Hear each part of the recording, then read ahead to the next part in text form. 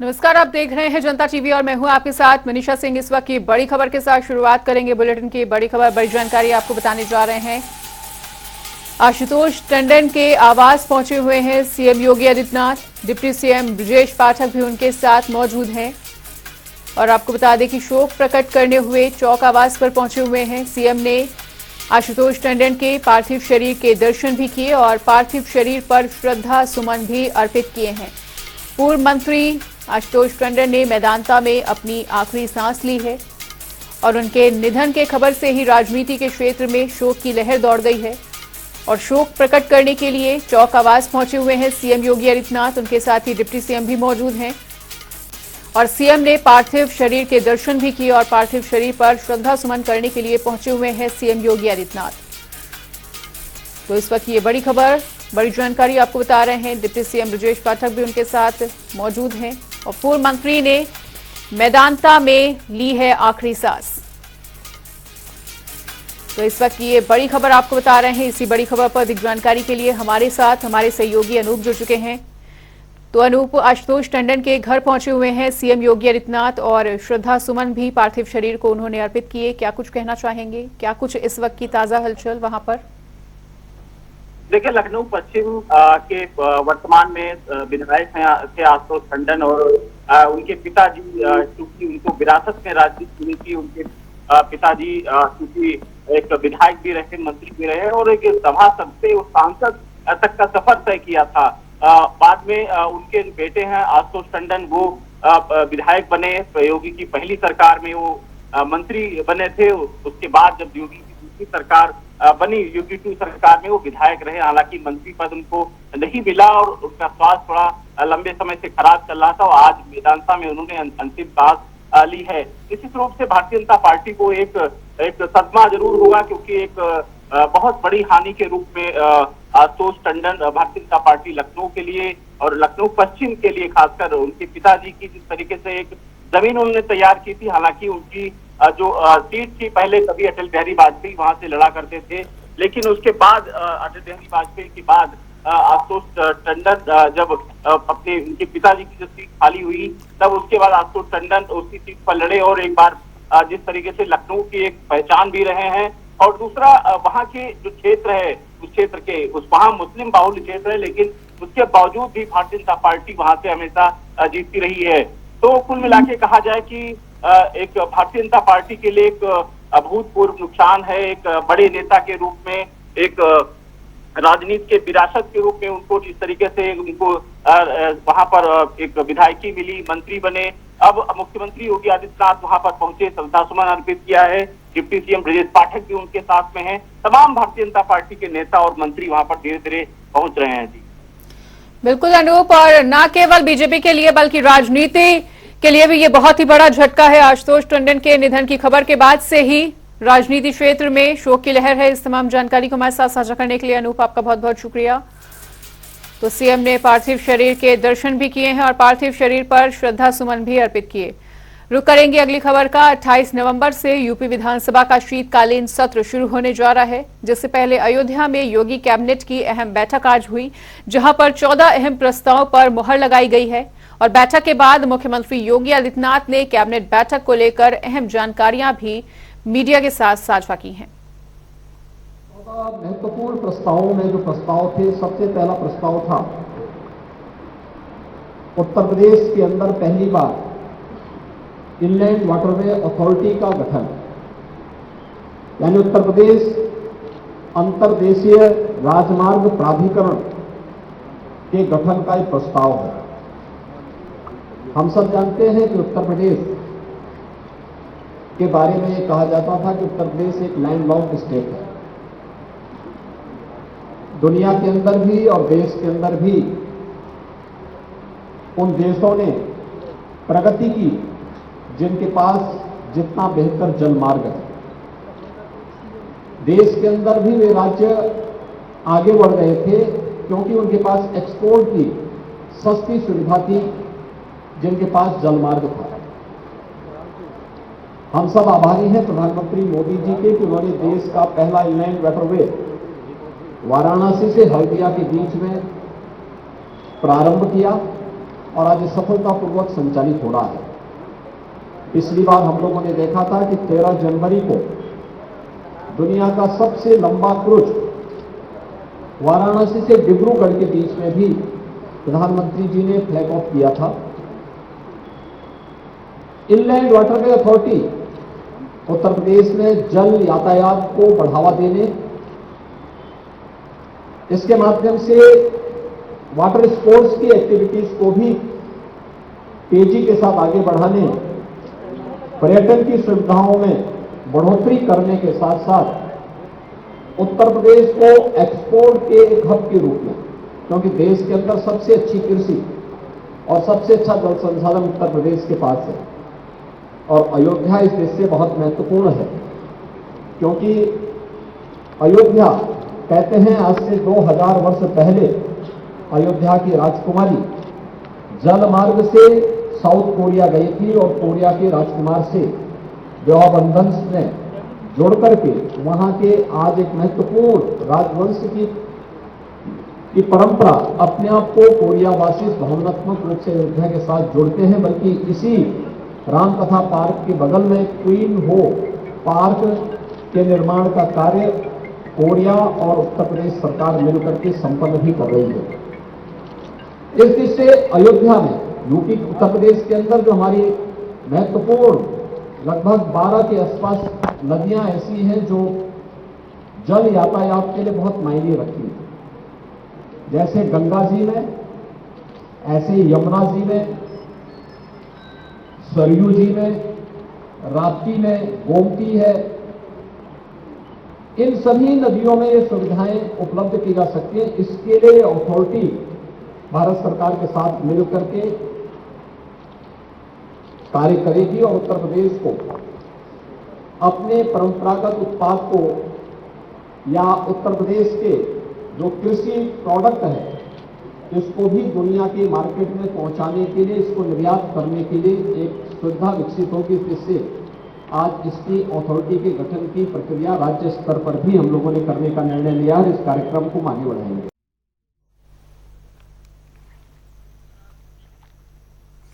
उधर केंद्रीय मंत्री पीयूष गोयल काशी विश्वनाथ धाम पहुंचे, जहां वो श्री काशी विश्वनाथ मंदिर में बाबा भोलेनाथ की शयन आरती में शामिल हुए। दर्शन पूजन के बाद केंद्रीय मंत्री को मंडल आयुक्त कौशल राज शर्मा ने अंगवस्त्र, रुद्राक्ष और माला और प्रसाद भेंट किया और साथ ही मंदिर में दर्शनार्थियों की सुविधाओं के बारे में भी उनको अवगत कराया गया। इसके बाद केंद्रीय मंत्री गंगा घाट स्थित भैरव द्वार पे भी पहुंचे, जहां पर उन्होंने बजरे पर बैठकर लाइट एंड साउंड शो को देखा।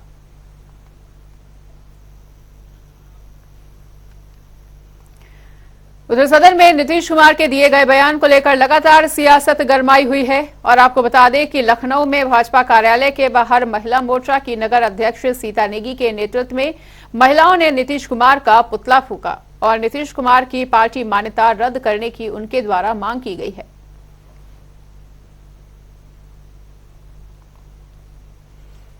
नीतीश कुमार को दिए गए बयान के बाद आज महिला मोर्चा की जो कार्यकर्ता हैं वो भाजपा कार्यालय के बाहर पहुंची हैं और यहाँ पर नीतीश कुमार का पुतला फूंका जा रहा है। बिहार के मुख्यमंत्री हैं, उनके बयान को लेकर कहा जा रहा है कि ये महिलाओं का अपमान था और इसी वजह से आज भाजपा के जो नेता हैं वो यहाँ पर पहुंचे। आप तस्वीरों में देख सकते हैं कि जिस तरह से प्रदर्शन किया जा रहा है, जो महिलाएं हैं वो यहाँ पर पहुंची हैं और बड़ी संख्या में यहाँ पर महिलाओं का कहना है कि जो प्रदर्शन किया जा रहा है। क्या कहना है मैम आज इस चीज को लेकर? आप लोगों हम लोगों का बहुत ही रोष है।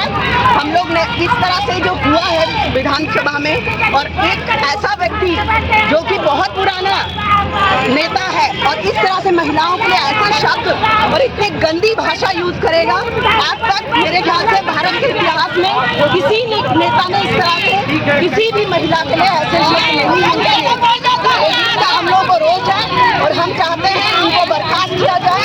इनकी पार्टी जो भी है उससे इनको छुट्टी मिले और इनकी राजनीतिक कैरियर में किया जाए।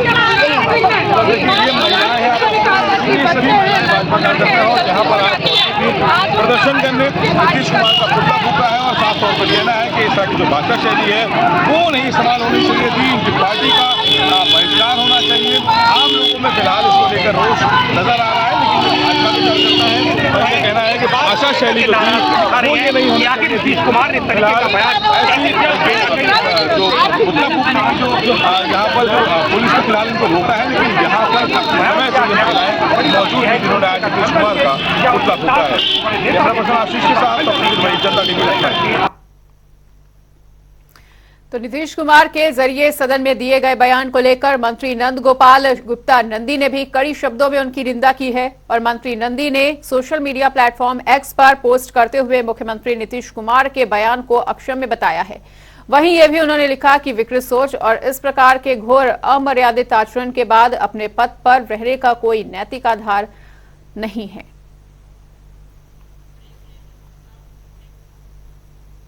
और यहां पर रुकेंगे एक छोटे से ब्रेक के लिए।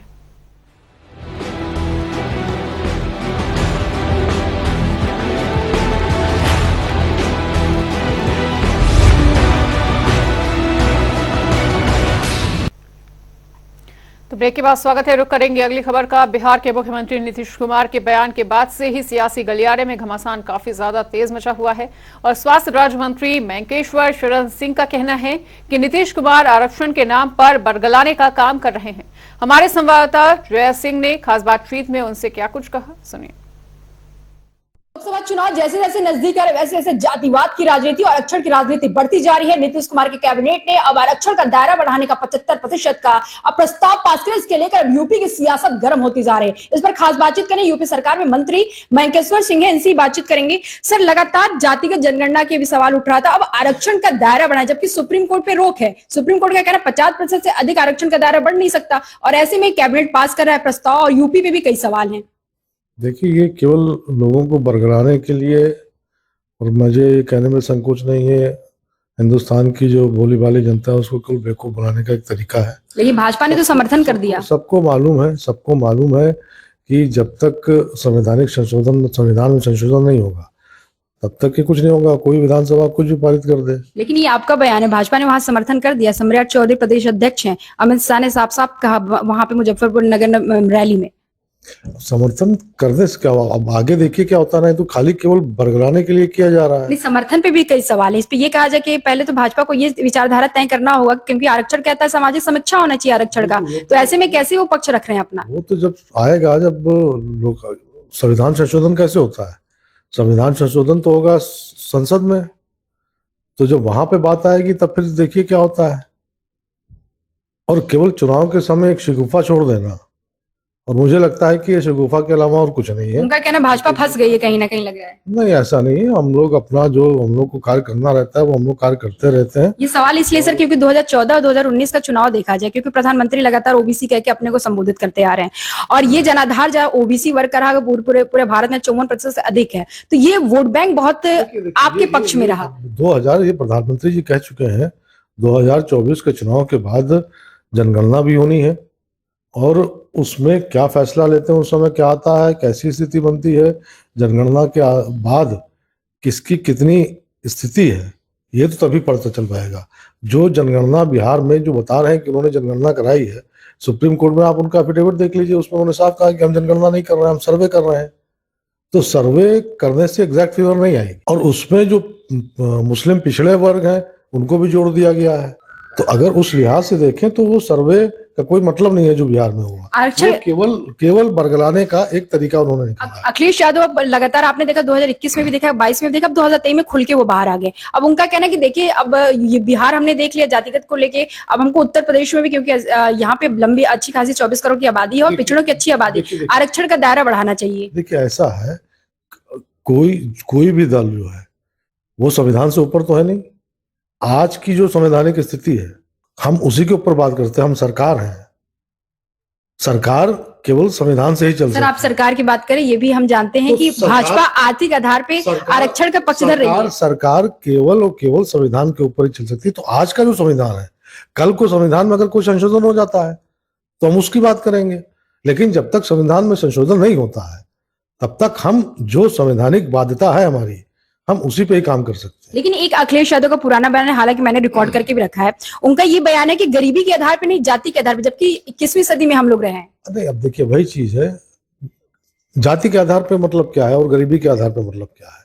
बहुत सारे जो अन्य पिछड़ा वर्ग है, जिसको आज तक एक तरीके से कह लीजिए अन्य पिछड़ा वर्ग में होने के बाद भी उसको किसी भी सरकारी नौकरी में फायदा नहीं मिल रहा है, तो जरूरत तो उन अति पिछड़े लोगों को आगे बढ़ाने की है। पिछड़े वर्ग में कई वर्ग ऐसे हैं जो आज की स्थिति में अगर आप देखें तो वो अगड़े हो चुके हैं, लेकिन ये कहने की कोई हिम्मत नहीं जुटा पा रहा है। लेकिन ऐसे बहुत से पिछड़े वर्ग हैं जो आज की तारीख में अगड़े हो चुके हैं। अब ये भी आरोप है कि भाजपा भी डर गई है, अब कमंडल की राजनीति शुरू करेगी। नहीं, ऐसा नहीं है। हम लोग पिछले 4 चुनाव से हम लोग चुनाव जीत रहे हैं और 2024 में भी मोदी जी जीत के आएंगे। भाजपा की प्रचंड बहुमत की सरकार बनने जा रही है। इसमें डरने होने का, इस तरह के छोटे ये जो सब शिगुफे चुनाव के समय छोड़ देते हैं। आखिर जब वो मुख्यमंत्री थे उत्तर प्रदेश के, तब वो क्या कर रहे थे? एक आखिरी सवाल है, एक विनिंग फार्मूला के तौर पे देखा जा रहा है नीतीश कुमार को कि ये जो फार्मूला लेकर आए कहीं ना कहीं अब जो है वो एक वर्चस्वता की पिछड़े जातियों को लेकर लड़ाई छिड़ गई है। कोई विनिंग फार्मूला नहीं है और ये केवल लोगों को बरगलाने का है, तरीका एक है। और हिंदुस्तान की जनता बहुत समझदार है, वो जानती है कि इस तरह की चीजों से कोई फायदा नहीं होने वाला है। और निश्चित तौर पे बिहार में भी आप देखिएगा, बिहार में हम लोग रिकॉर्ड मतों से जीतेंगे। और जिस तरीके से नीतीश जी पिछले 2 दिन से माफी मांग रहे हैं, आप देख ही रहे हैं क्या कब मुंह से निकल जाए। जिस तरीके अब अगर आप इसको कहिए कि आधी आबादी को उन्होंने नाराज किया। नीतीश कुमार कह तो महिला उत्थान के लिए बात कर रहे थे, लेकिन फिर भी बयानबाजी की बात है तो हम माफी मांगते हैं। अब इसको आप अगर वो महिला उत्थान की बात कर रहे हैं तो माफी क्यों मांग रहे हैं और आप खुद की अपनी आपकी निंदा कर रहे हैं? अब इसका क्या? भाजपा वालों को समझने में फेर हो गया तेजस्वी यादव। अच्छा, समझने में फेर हो गया तो फिर वो माफी क्यों मांग रहे हैं? अगर आप अपनी बात पे अड़े रहे तब तो समझ में आता है। इसका मतलब कि आप ने कुछ ना कुछ गलत कहा है और आपको आत्मग्लानि हो रही है और इसीलिए माफी मांग रहे हैं। ये थे मयंकेश्वर शरण सिंह का साफ हो खरा इनका साफ तौर पे कहना, अखिलेश यादव हो, नीतीश कुमार हो, भाजपा है 2024 के लोकसभा चुनाव प्रचंड बहुमत के साथ सरकार बनाएगी, इसको कोई रोक नहीं सकता। जातिवाद की राजनीति और धर्म की राजनीति तमाम विपक्ष की पार्टियां कहते भाजपा का सर्व समाज, सबका विकास, सबका साथ लेकर चलती है। सबके साथ में जय सिंह लखनऊ। और अब रुक कर लेते हैं 4 मिनट में 18 मंडलों की खबरों का। बलिया में छात्र की निर्मम हत्या, हत्यारों ने शव को खेत में फेंका, परिजनों में छाया है मातम। पीलीभीत में आबकारी विभाग ने की है छापेमारी, 50 लीटर शराब और 2000 किलो लहन को किया गया है बरामद, 4 लोगों को किया गया है गिरफ्तार। हापुड़ में जल निगम के अधिकारी की बड़ी लापरवाही आई है सामने, गरीब के मकानों में आई दरारें, अधिकारियों की अनदेखी के चलते लोग पलायन करने को मजबूर।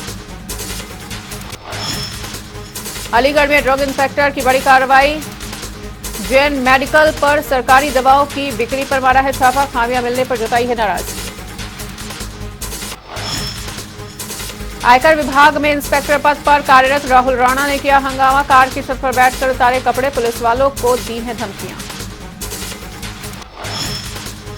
अलीगढ़ में खून के रिश्ते हुए तार, भाई ने भाई को उतारा मौत के घाट, आरोपी को पुलिस ने किया गिरफ्तार। कानपुर में डीएवी कॉलेज में एबीवीपी छात्रों का हंगामा, मांगों को लेकर कर रहे हैं विरोध प्रदर्शन, प्रिंसिपल के खिलाफ लगाए गए हैं नारे। हमीरपुर में बीच सड़क पर महिला ने किया हाई वोल्टेज ड्रामा, घरेलू विवाद से थी परेशान, पुलिस ने मामला किया शांत। बदायूं के क्षेत्र में जमकर स्कूली बच्चों को हो रही है अनफिटनेस स्कूली गाड़ियां, कुछ दिन पहले हुआ था बड़ा सड़क हादसा, मामले में प्रशासन बेसुध। आगरा में आवारा गाय से टकराई बाइक, 2 लोग गंभीर रूप से घायल, पुलिस ने अस्पताल में कराया है भर्ती। आगरा में पुलिस ने किया चोरी का खुलासा, 3 चोरों को किया गया है गिरफ्तार, कब्जे से कारतूस और सोने चांदी के आभूषण बरामद। रायबरेली में हिस्ट्री शीटर ने मनाया अपना जन्मदिवस, तलवार से काटा केक, वीडियो हुआ वायरल। लखनऊ में नशेबाज दबंगों का आतंक, घर के बाहर किया पथराव, अंबरगंज का पूरा मामला। कन्नौज में पुलिस को ऑपरेशन कन्वेंशन के तहत मिली कामयाबी, 88 आपराधिक मामलों के अभियुक्तों को दिलाई सजा, एसपी के निर्देशन में शुरू हुई थी कार्रवाई। बरेली में ब्रेक डांस झूले में करंट लगने से युवक की मौत, लोगों में मची है अफरा तफरी, मामले की जांच में जुटी हुई है पुलिस। आगरा में बिजली कर्मचारी को ग्रामीणों ने जमकर पीटा, बिजली चोरी पकड़ने पर की गई है मारपीट, पुलिस ने आरोपियों को किया गिरफ्तार। कानपुर में टैंकर की चपेट में आने के दौरान मजदूर की हुई दर्दनाक मौत। परिजनों ने लगाया पूर्व प्रधान पर हत्या का आरोप। मामले की जांच में जुटी हुई है पुलिस। मथुरा में मुकुट व्यापारी की हत्या का मामला प्रकाश में। पुलिस के हाथ नहीं लगा कोई सुराग। परिजन लगा रहे हैं न्याय की गुहार।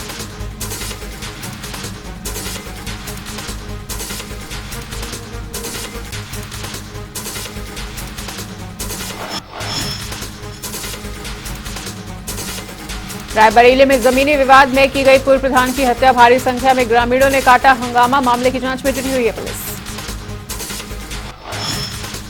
बरेली में जंगल में मिला एक बुजुर्ग महिला का शव। परिजनों में मचा कोहराम। पुलिस ने शव का कराया पोस्टमार्टम।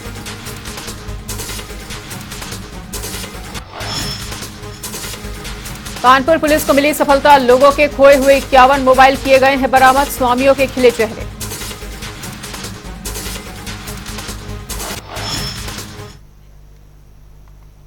और यहां पर कहेंगे छोटे से ब्रेक के लिए। खबरों का सिलसिला लगातार जारी है, देखते रहिए जनता टीवी।